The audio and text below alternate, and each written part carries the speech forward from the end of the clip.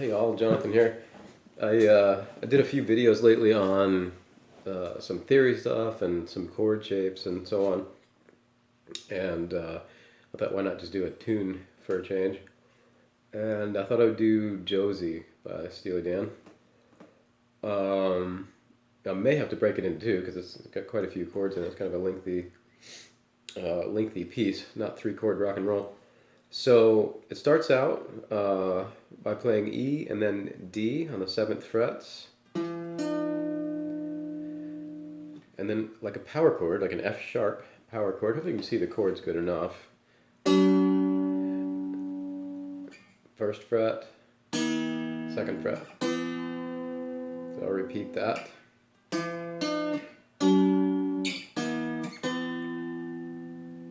Second time, a little bit of a variation. Then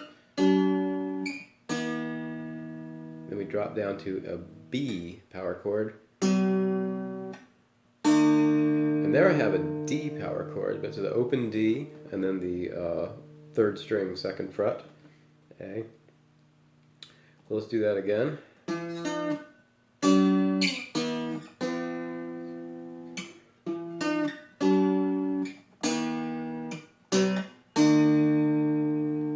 And maybe one more time.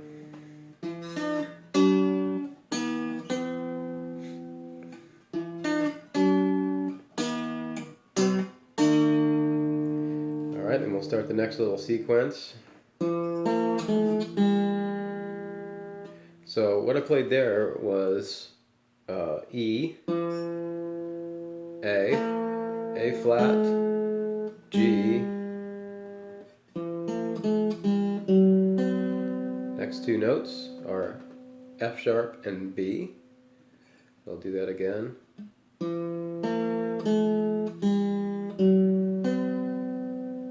Maybe one more time.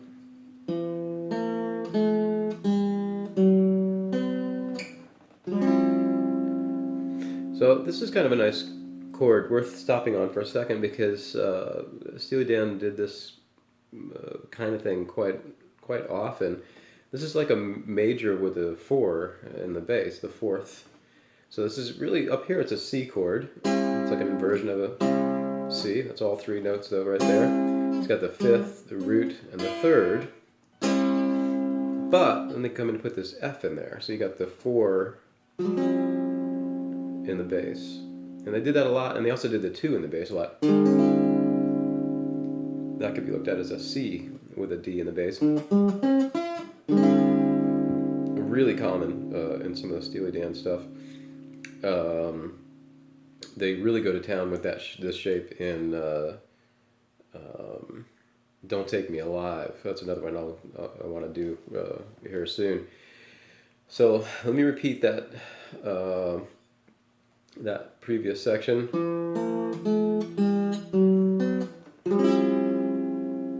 right. Then we have a nice, common dominant sharp 9 chord off of F sharp.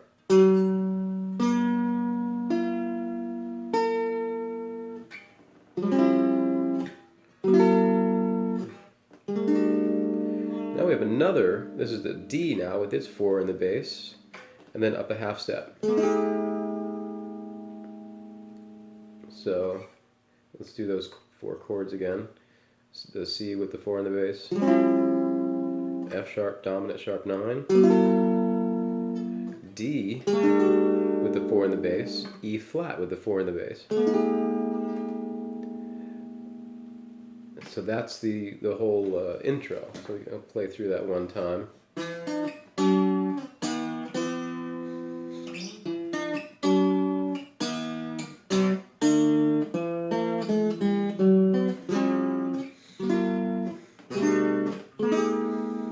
And you might, there's other ways to invert those chords or play those chords that would still sound just fine. But I like those voicings for solo guitar. Then the song just goes into the E minor 7 vamp. And it's longer in the beginning. I'm not going to worry 100% about sequence here. I'm going to worry more about just the components of the song. So We're not going to go through the verse chorus thing. We'll get all the components down, and then you can look at the tune and do it. So they go through the little vamp here, like.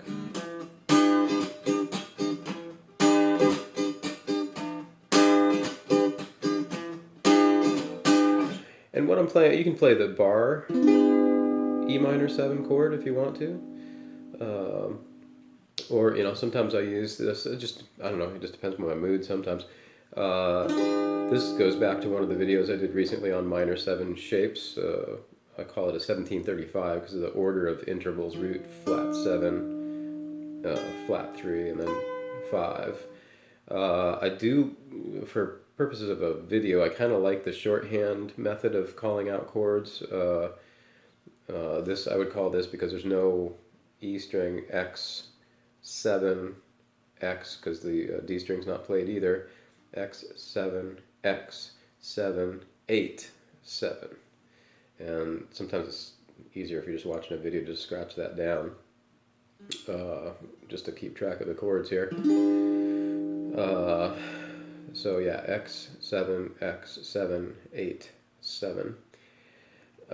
So it's that little vamp in the beginning, and then the vocals come in.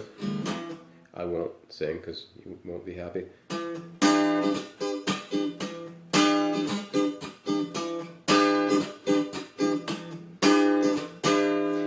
Then we have some major 9s. This is also a big Steely Dan thing. This is a D major 9. So this could be written out as X 5 7 6 5. I'm not playing the high E string, not intending to play that. Although you could, it's okay to have that. This is a fifth of the chord in there. Same shape, just down a whole step on C.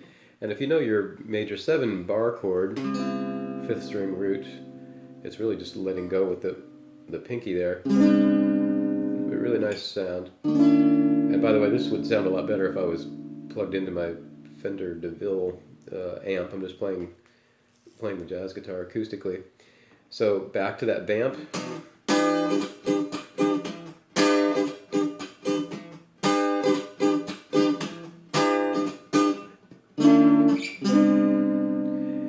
And then a couple more nice major 9 type chords.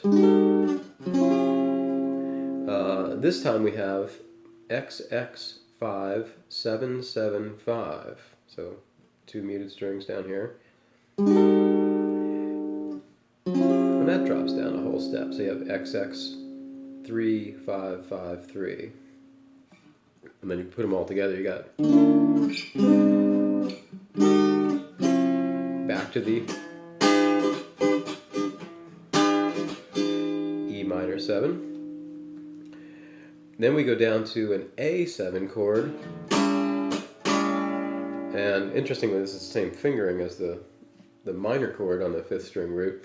But we could write this one out as 5x 5 6 5 x. I'll say that again. So it's 5x 5 6 5 x. Then we're going to go down to the C major 9 again. So 3 of those chords are the same as in the previous sequence.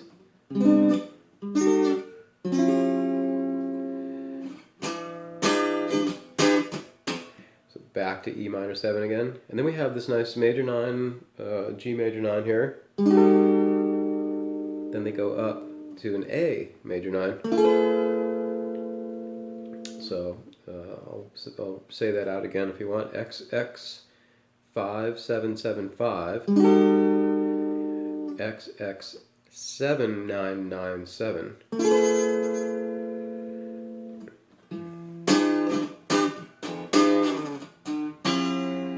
And we have kind of a little transition part coming up. This is an F major 9. So it's 3 5 5 3 up here. So XX 3 5 5 3. This is a lot of times we get used to the dominant sharp 9 shape, like Jimi Hendrix, on the 5th string root. But if you want to play it on a 4th string root, it looks like this: X X 4 3 5 5. This, again, F sharp, dominant sharp 9.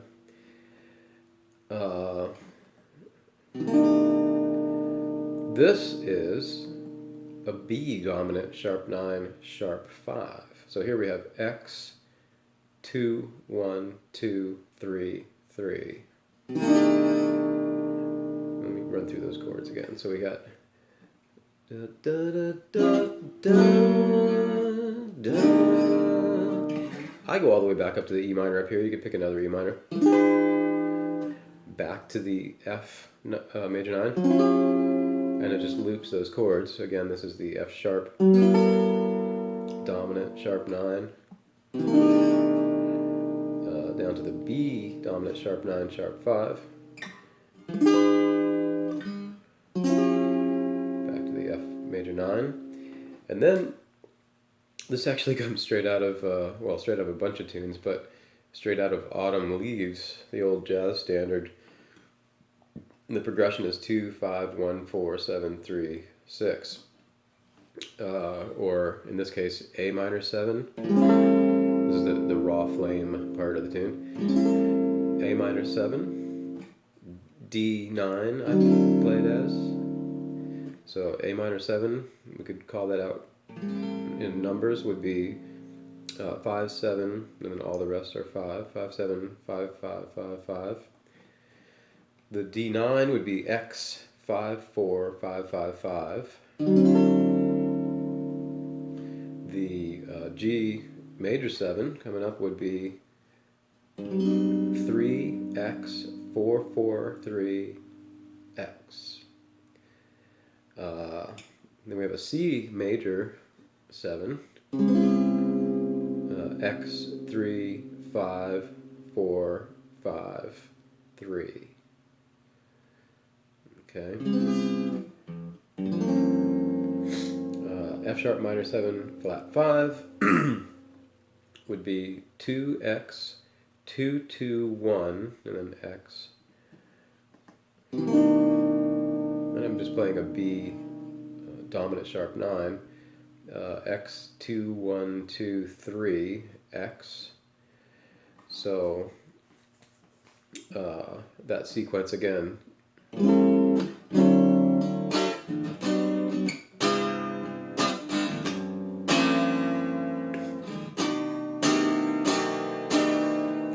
And that goes back into the E minor 7 vamp. And that's pretty much all the components of the song, which is good because it's a fair amount already. Perhaps on the at the end of the video I'll put a little link to me like playing the whole thing. But those are all the chords. And again, there's variations are possible, but that is such a big Steely Dan thing, is that whole that like the little major chord with the 4th in the bass. You can look at that different ways. That's just it seems a straightforward way to look at it to me.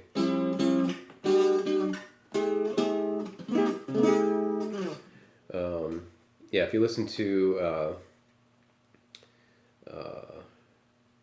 Don't Take Me Alive, you'll hear that chord like crazy. They're ascending all the way up the neck with that chord. It's a really, really pretty sound. I always liked it. And very movable chord. Just sounds good to move all over the place. So hopefully that was understandable. That's not, if you're just starting off on guitar, that's obviously not the piece to start on, but it's a fun piece. It's got a good groove to it. And you can just, refresh it, listen to the piece again, and, get the sequence in your head. But those are the chords. And then, of course, you can just solo over it all day and using an E blues, or I just think of it as key of G major. A lot of people would want to think of it as E minor. It's really the same exact thing. But yeah, if you see your G major scale, uh, just G major Ionian, you just go to town over that whole song. Uh, well, there's one place where you deviate over the B7 chord. You can use an extra note in there, but it sounds good to just stay very modal, just right in the key and jam over it. So hopefully that was Josie for you. See ya.